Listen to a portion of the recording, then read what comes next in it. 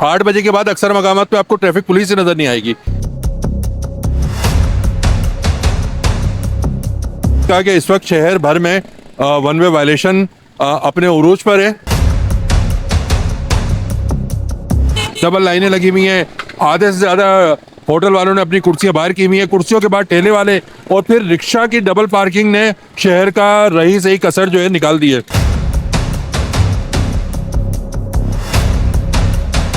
आपको क्या लगता है, आप इसका जिम्मेदार इदारों को समझते हैं और या फिर आवाम को?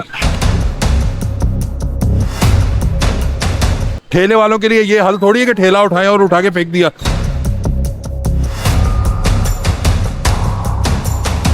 हैदराबाद में ट्रैफिक के मसाइल दिन ब दिन बढ़ते जा रहे हैं और हैदराबाद के अंदर नाजायज़ तजावुज़ात, double parking, one way violation की जो है वो बेदर्दी से खिलाफ वर्जियाँ जारी हैं। ताहाल इदारे जो है वो इसको कंट्रोल करने में नाकाम नज़र आते हैं। इस हवाले से एक बड़ी तादाद में बड़ी मेहनत के साथ वर्किंग की गई है traffic and road safety management के चेयरमैन जावेद इकबाल साहब, जो कि डिस्ट्रिक्ट ट्रैफिक मैनेजमेंट बोर्ड के सेक्रेटरी भी हैं, लेकिन ताहाल जो है वो उनकी मेहनतें नाकाम होती नजर आ रही हैं। शहर हैदराबाद का निज़ाम दिन ब दिन दरम बरम होता जा रहा है। बजाय कंट्रोल होने के शहर हैदराबाद की बेशतर शाहराहों पर ट्रैफिक जाम नजर आता है। लोगों को परेशानी है, एम्बुलेंसेस को गुजरने का रास्ता नहीं है, आवाम शदीद मुश्किलात और जहनी कर्ब का शिकार है। आइए जानते हैं जावेद इकबाल साहब से कि ये सब क्यों, तो ये इसमें अब तक इतनी मेहनत, इतने प्लान्स और इतना कुछ करने के बावजूद नाकाम क्यों नजर आते हैं। जी अस्सलाम बिस्मिल्लाह वालेकुम अस्सलाम। मैं नाकाम का लफ्ज़ तो नहीं कहूँगा, लेकिन उसके वो रिजल्ट नहीं निकल रहे जो रिजल्ट निकलने चाहिए थे और उसकी वजूहात हैं। देखें, आपने बिल्कुल सही कहा कि इस वक्त शहर भर में वन वे वायलेशन अपने उरूज पर है और उसके साथ साथ जो है डबल पार्किंग और ये सारे मसाइल अपनी जगह पे हैं। अब और उसके साथ सॉफ्ट इंक्रोचमेंट पूरे शहर में आप चले जाएं तो आपको ये 3 मसाइल नंबर 1 पे होंगे और हम बार बार ट्रैफिक मैनेजमेंट बोर्ड के ज़रिए और आला हुकाम की तवज्जो इस तरफ दिलवाते हैं, लेकिन इसके ऊपर कोई कंक्रीट एक्शन उस तरीके से नज़र नहीं आता। उसकी बहुत सारी वजूहात हैं।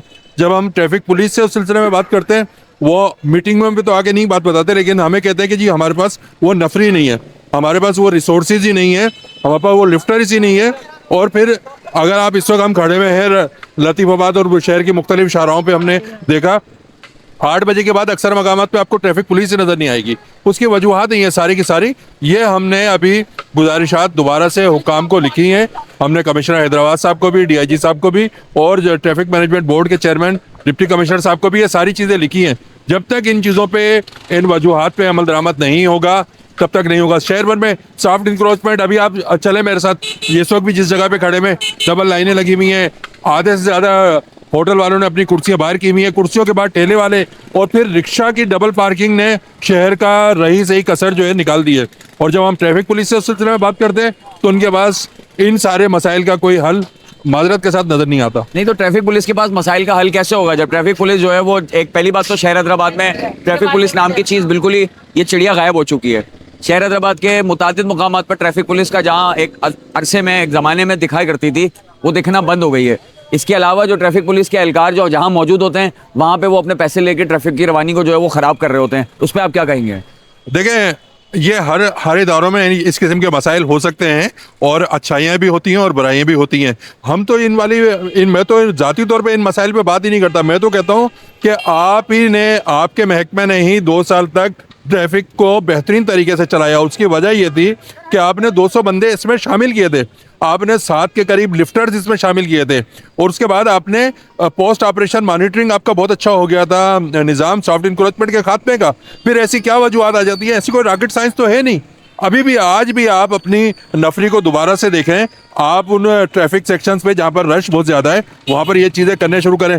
अब हमारी पुलिस तो और भी ज़्यादा रिलैक्स हो गई है। वो तो कहते हैं कि जी अभी ई चालान सिस्टम, भाई ई चालान सिस्टम तो अभी कैमरे लगना शुरू हुए हैं, वो जब तक तकमील होगी, कराची में 1 साल लगा सारे निज़ाम को आने में, तो जब ये सारी चीज़ें हो जाएंगी तो और हो जाएगा। लेकिन उस वक्त तक आप मैनुअल चालान सिस्टम के जरिए अपनी इन्फोर्समेंट तो करें। जावेद इकबाल साहब, आप किसको मतलब ये जो सूरत हाल है शहर हैदराबाद की और इसके अंदर जो है वो मतलब जो ट्रैफिक की जो धर्म भरम निज़ाम है और कोई सिस्टम नज़र नहीं आता, आपको क्या लगता है, आप इसका जिम्मेदार इदारों को समझते हैं और या फिर आवाम को?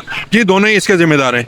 अगर वन वे वायलेशन आवाम क्यों कर रही है? कोई उनको गन पॉइंट पे थोड़ी कह रहा है कि आप वन वे वायलेशन करो।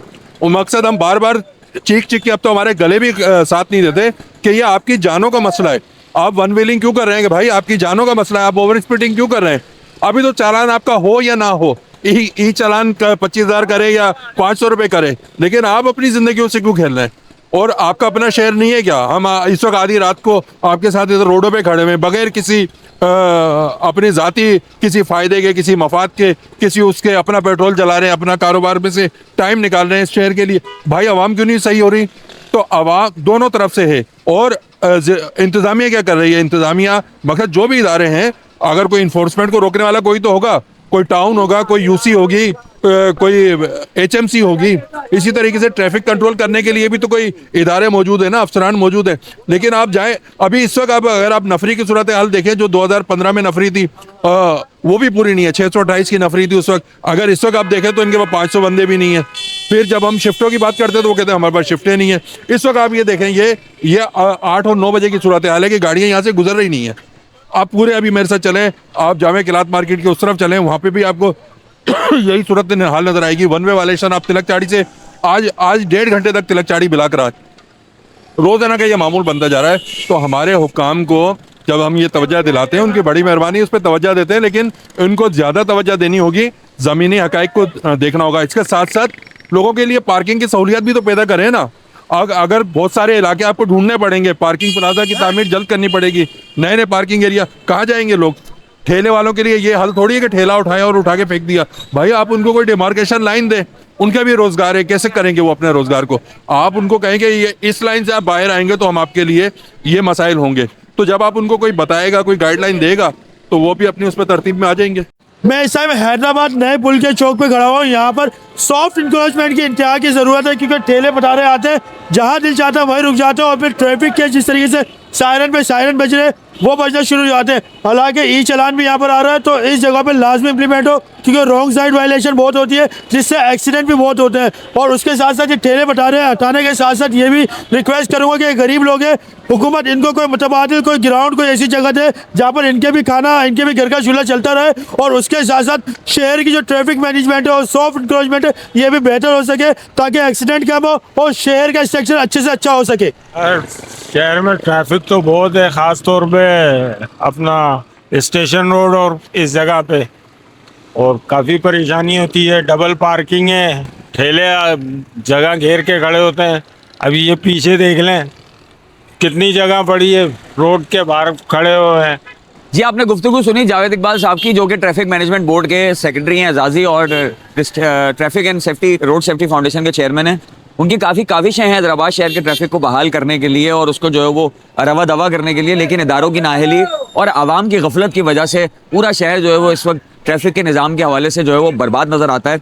जगह जगह लोग अपनी गलती की वजह से इदारों पर ब्लेम तो कर देते हैं, लेकिन आवाम को भी चाहिए कि वो जो है वो जो कानून है, कवानीन है, उनसे खिलाफ वर्जी करने से बाज आए। वन वे वायलेशन जो है वो सबसे ज़्यादा परेशानी का बाइस बन रही है इस वक्त, और जो तजावुज़ात हैं वो भी आवाम ने, ताजिरों ने ही कर रखे हैं। तो अगर आवाम भी थोड़ा सा साथ दे तो ये इदारे चीज़ें ठीक हो सकती है, लेकिन आवाम तो गफलत कर ही रही है, लेकिन उससे ज़्यादा इदारे इसके कसूरवार हैं जो अपना फ़र्ज़ पूरे तरीके से जिम्मेदारी से सरअंजाम नहीं दे रहे हैं। इदारों का ज़्यादा कसूर है, क्योंकि उनके हाथ में जो है वो पावर है कि वो जो है वो आवाम से उनकी गलतियों पर जो है वो अजाला करवा सके और उनके जो कवानीन है उन पर अमल दरामद करा सके। लेकिन जो इदारे हैं वो भी इसमें नाकाम नज़र आते हैं, और उसकी वजह ये होती है कि इदारों और आवाम की गलती से जो लोग सही हैं, जो लोग राइट हैं, जो लोग कानून पर अमल दरामद करते हैं, वो भी इस चक्की में, इस तकलीफ की चक्की में पिस जाते हैं। तो अब तक के लिए इतना ही, फिर इंशाल्लाह मुलाकात होगी। अपने मेज़बान उज़ैर खान को दीजिए इजाज़त, अल्लाह ने के बाद।